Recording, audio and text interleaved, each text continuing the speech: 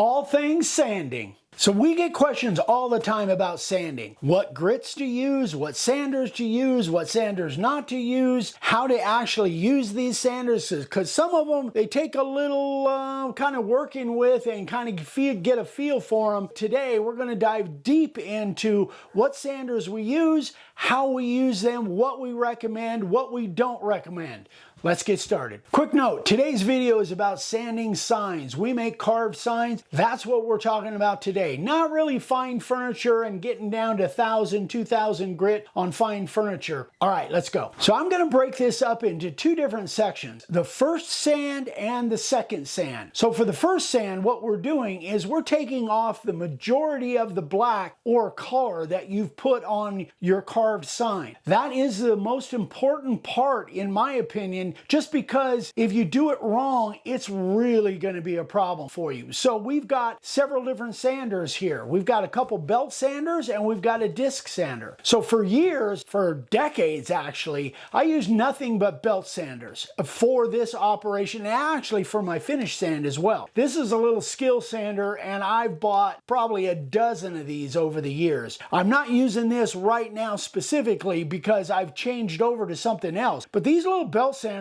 are great for getting the majority of your black off. So this skill sander, which I bought a lot of them over the years, is like $54 on Amazon right now. The one thing that I didn't like about this is the tracking system. It's kind of wonky, and so I'm actually looking forward to trying this new Bauer. Now this Bauer, we haven't used it yet, haven't even pulled the trigger and turned it on yet, but it looks a lot like the Ryobi that Ryan used for a long time, and it has that same kind of look to it, and I like the idea that this tracking knob, I think, is going to work a lot better. With this tracker on here, you had to have a Phillips screwdriver and turn it. It was just a pain. This thing goes for less than 50 bucks. So these are comparable as far as price goes. I have really big hopes about this Bauer. I want to try it out and see how it works as compared to the Skill. But this is definitely a way that you can get that black off fast. It's not what we're using now, and I'll get into that, but these are probably both good options for you for getting that black off so that you're not clogging up your belts or your disc when you go to the finished sand. All right, let me give you some tips of how to use these belt sanders. Now, most of the time when you're using a belt sander, if you're on a flat floor or whatever, you're on a flat surface. But when you're carving signs, when you're sanding a carved sign, you've got carving in there. So one of the things that you have to make sure is that you have a light touch with it and you don't let it tip, because if it tips, it could hit an outset letter and grind off the corner of a letter or the inside of an inset letter. So it's super important to have a light touch and make sure that it stays level and perpendicular or parallel to the board. For the back of the signs, a lot of times we would sand cross grain, and I know that some of you right now are cringing using a belt sander going cross grain. I know that, but remember, it's the back of the sign. The fact that it's rough didn't make any difference to the customer at all, and it would save us maybe 10, 15, 20 seconds on sanding. And when we got people lined up waiting for their signs, that was important to us. So anyway, cross grain on the back, that's what we did, but on the front, definitely with the grain.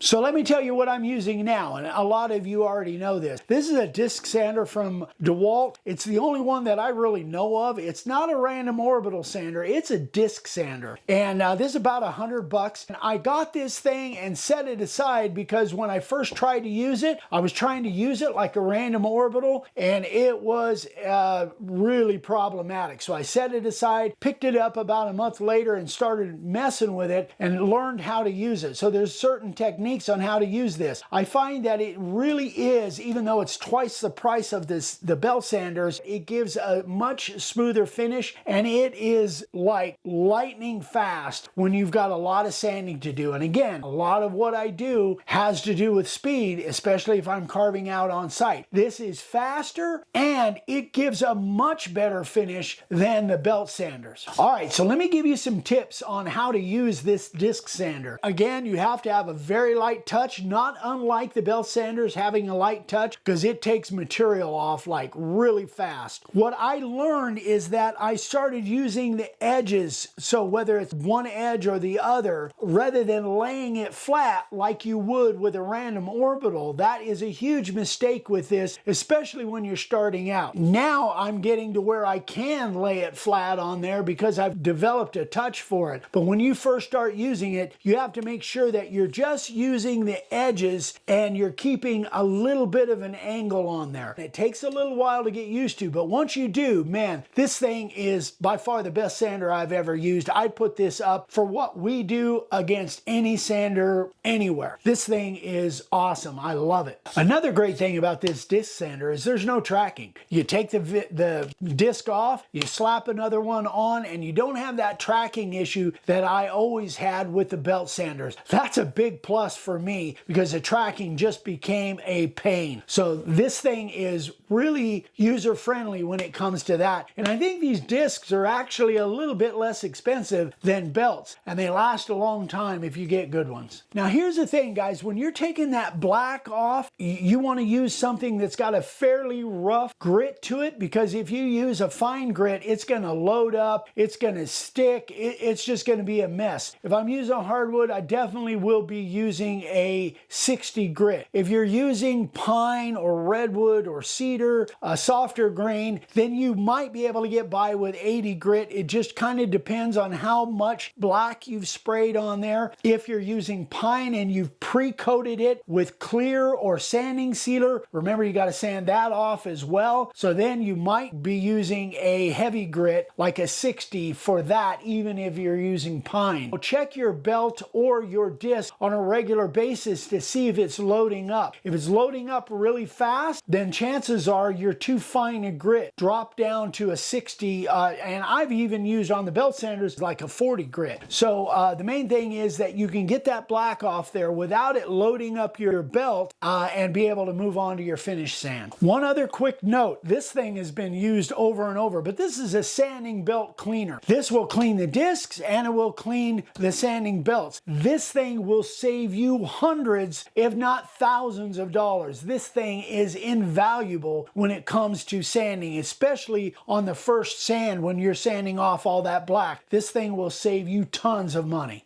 One last point with these sanders. For decades, I used belt sanders for my first sand and my second sand. So you can definitely do that. Use a 60 and a 120 and have double belt sanders, or mix in the disc sander. So you can definitely do that, but we found a better way. The random orbital sander. All right, let's talk random orbitals. Now, this is DeWalt is the one that I started with. I still love it. It's great. And then we've got the Milwaukee and the Bauer cordless. We haven't used this one yet, but I assume it's going to work well. But here's the thing, guys, with random orbitals, I haven't noticed from an inexpensive Bauer brand to the Milwaukee brand really is not that much difference in performance. It kind of comes down to personal preference. Do you like yellow? Do you like red? Do you like blue? And whether you want corded, if you're already on a certain platform, if you want the cordless. The only downside with the cordless that I found, especially on this Milwaukee, it takes a little extra realization to keep it level, whereas this is pretty light in the hand and it doesn't feel back heavy like it's gonna,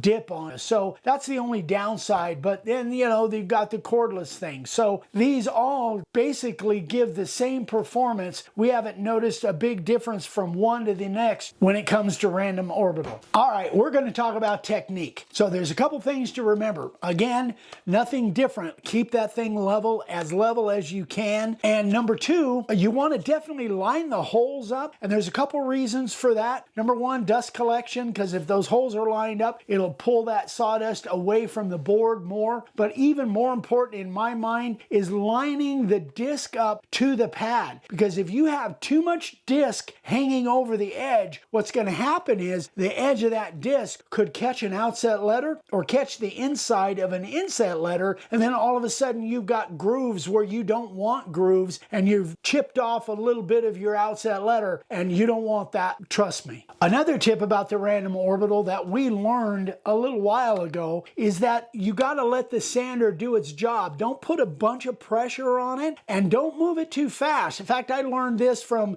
James Hamilton over at Stumpy Nubs, and he said just let that thing go. Don't move it too fast. Let that sander do the work. We're always moving fast, so it becomes kind of a habit to move that thing fast like we do the disc sander, but that's not the way the random orbital sander is designed to work. As far as grit goes, guys, on these sanders, we pretty much just put 120s on them, and that is our finished sand. But I know a lot of you that have been watching us for years, you go up to 220 or 320 or 500 or whatever. So it just depends on how fine a sand you want. For us, 120, we keep those on here, and that works well for us. All right, let's talk about what sanding discs we use. We use Klingspor pretty much all the time. Since we started using that several years ago, we've found that they last longer, they don't load up near as much, and they're a good, solid company. We know the people that run the company. They're not a sponsor of ours. We buy the Klingspor discs, and we just find that they're superior over any other brand that we've used. So all of these will work terrific for you. What I don't recommend is a sheet sander. Now, sheet sanders may work well in certain situations if you're sanding furniture or whatever, but as far as sign making, unless you really like holding on to a sander for hours, I wouldn't use a sheet sander. I tried it like 20 years ago, and it ain't the thing to use for making signs.